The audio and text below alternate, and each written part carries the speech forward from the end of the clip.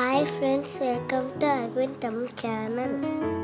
Hi friends, அனைவருக்கும் வணக்கம். நீங்கள் நம்ம சேனலுக்கு புதுசுன்னா சப்ஸ்கிரைப் பண்ணிக்கோங்க, பக்கத்தில் இருக்கிற பெல் பட்டனை ப்ரெஸ் பண்ணிக்கோங்க. இப்போ வாங்க நம்ம ருசியான எறா தொக்கு எப்படி பண்ணுறது பார்க்கலாம். பாருங்கள், 1/2 கிலோ எறா எடுத்து வச்சுருக்கேன். மஞ்சத்தூள் போட்டு கழுவி வச்சுருக்கேன். 2 பெரிய வெங்காயம் கட் பண்ணி வச்சுருக்கேன். 2 பெரிய தக்காளி பொடிசாக கட் பண்ணி வச்சுருக்கேன். 10 பல்லு பூண்டு எடுத்து வச்சுருக்கேன். அதை விட பாதி அளவு இஞ்சி எடுத்து வச்சுருக்கேன். 2 பச்சை மிளகா, 1/2 ஸ்பூன் மஞ்சள்தூள், 2 ஸ்பூன் குழம்பு மிளகாய்த்தூள், தேவையான அளவு உப்பு, தேவையான அளவு கருவேப்பிலை. பாருங்கள், எல்லாம் எடுத்து வச்சாச்சு. இப்போ இஞ்சி பூண்டு இது ரெண்டுத்தையும் மிக்சியில் போட்டு சும்மா ரொம்ப மழமழன்னு அரைக்காமல் திரியாக அரைச்சிக்கலாம்.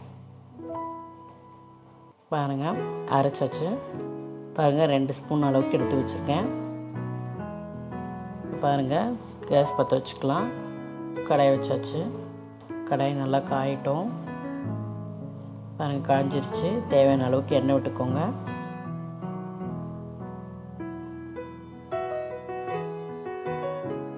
பாருங்கள், 1 ஸ்பூன் கடுகு, அது நல்லா பொரியட்டும். புரிஞ்சதும் இப்போ பாருங்கள், வெங்காயம் கட் பண்ணி வச்சுருக்கோம் இல்லையா, அதை ஆட் பண்ணிக்கோங்க.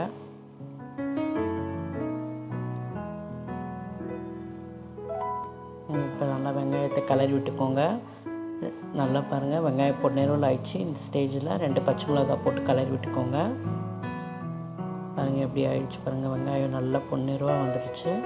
இப்போ தக்காளி ஆட் பண்ணிக்கோங்க. இப்போ கிளறி விட்டுக்கோங்க. இப்போவே நீங்கள் உப்பு ஆட் பண்ணிக்கோங்க. உப்பு எதுக்காக இப்போவே ஆட் பண்ணணும், நல்லா தக்காளி நல்லா வதங்கி வந்துடும் சீக்கிரமாகவே. அதுக்காக தான் இப்போவே ஆட் பண்ணுறது. பாருங்கள், நல்லா வதங்கி வந்துடுச்சு. இந்த ஸ்டேஜில் நீங்கள் இஞ்சி பூண்டு பேஸ்ட்டை ஆட் பண்ணிக்கோங்க.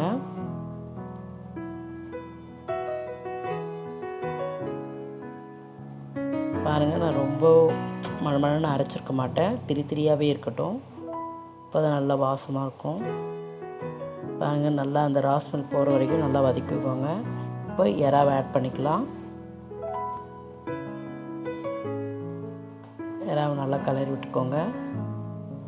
இந்த ஸ்டேஜில் கொஞ்சம் மஞ்சள்தூள் போட்டுக்கலாம். பாருங்கள், 1/2 ஸ்பூன் மஞ்சள்தூள் எடுத்து வச்சுருக்கேன், அதை போட்டுக்கலாம். போட்டுட்டு நல்லா கிளறி விட்டுக்கோங்க.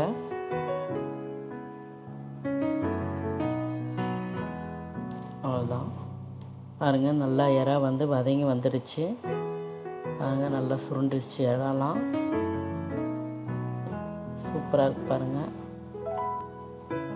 நல்லா வதங்கிடுச்சு. இப்போது 2 ஸ்பூன் மிளகாய்த்தூள், குழம்பு மிளகாய்த்தூள் ஆட் பண்ணிக்கோங்க.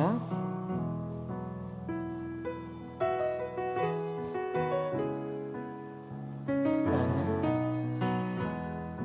ஆட் பண்ணியாச்சு. இப்போ நல்லா கிளறி விட்டுக்கோங்க.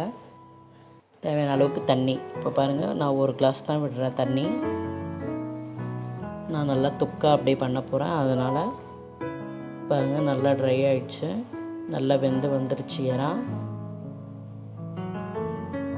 பாருங்கள், நல்லா வெந்துருச்சு.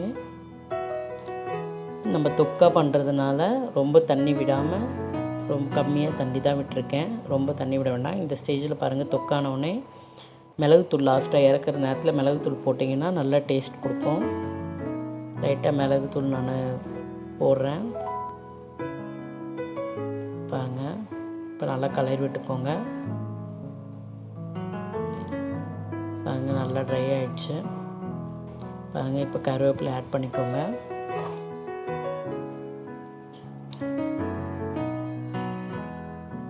போட்டு நல்லா கிளறி விட்டுக்கோங்க.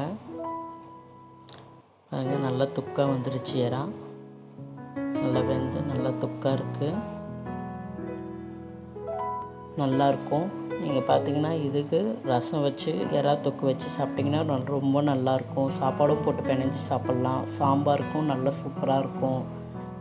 எல்லா குழந்தைங்கள்லாம் நல்லா விரும்பி சாப்பிடுவாங்க. நல்லா வந்திருக்கு பாருங்கள். இந்த மாதிரி நீங்களும் செஞ்சு பாருங்கள். இந்த வீடியோ உங்களுக்கு பிடிச்சிருந்ததுன்னா லைக் பண்ணுங்கள், ஷேர் பண்ணுங்கள், கமெண்ட் பண்ணுங்கள். இதே மாதிரி புது ரெசிபியோட அடுத்த வீடியோவில் பார்க்கலாம். நன்றி.